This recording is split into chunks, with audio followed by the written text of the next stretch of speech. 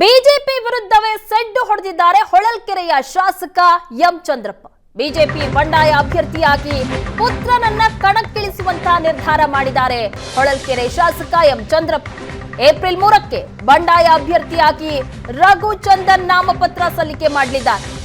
Govinda ಕಾರಜೋಳಗೆ ticket ನೀಡಲಾಗಿದೆ ಬಿಜೆಪಿಯ ಹೈಕಮಾಂಡ್ನಿಂದ. ಇದಕ್ಕೆ ವಿರೋಧ ವ್ಯಕ್ತಪಡಿಸ್ತಾ ಇದ್ದಾರೆ.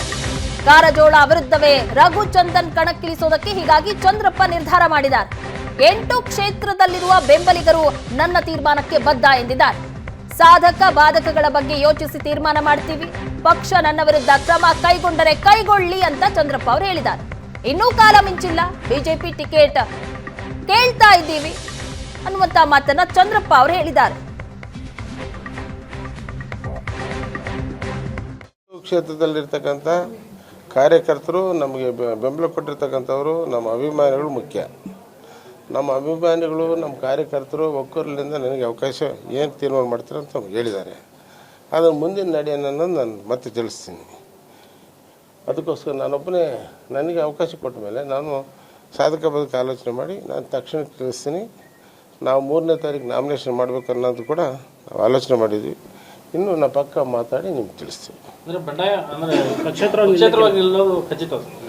ನಾವು ಇನ್ನೂ ಕಾಲ ಮಿಂಚಿಲ್ಲ, ಟಿಕೆಟ್ ಕೇಳ್ತಾ ಇದ್ದೀವಿ. ಅವ್ರು ಕೊಡ್ತಾರೆ ಬಿಡ್ತಾರೆ, ಅವ್ರು ನಿರ್ಧಾರ ಅವ್ರು ಏನು ಮಾಡ್ತಾರೆ ನೋಡ್ತೀವಿ. ಅದಾದ್ಮೇಲೆ ತೀರ್ಮಾನ ಮಾಡ್ತೀವಿ. ಆವಾಗ ಈಗಲೇ ನಾನು ಅದನ್ನು ಹೇಳ್ತಾ ನಾವು ನಾಮಿನೇಷನ್ ಮಾಡ್ಬೇಕಂತ ಆಲೋಚನೆ ಮಾಡಿದ್ವಿ. ಖಂಡಿತ ಮಾಡ್ತೀವಿ. ಅವರೇ ನಮಗೆ ಎಲೆಕ್ಷನ್ ನಿಂತಕ ಮಗನ ನಿಲ್ಲಿಸು, ನಾವು ಸಪೋರ್ಟ್ ಮಾಡೋಣ ಅಂತ ಕಳೆದ ಚುನಾವಣೆಗೆ ನಾನು ಪರವಾಗಿ ಬಂದಾಗೂ ಹೇಳಿದರು, ನಂತರನೂ ಹೇಳಿದರು.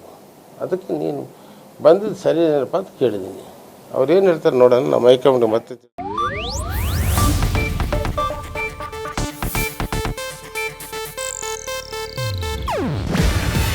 ಇದು ಏಷ್ಯಾನೆಟ್ ನ್ಯೂಸ್ ನೆಟ್ವರ್ಕ್ ಪ್ರಸ್ತುತಿ.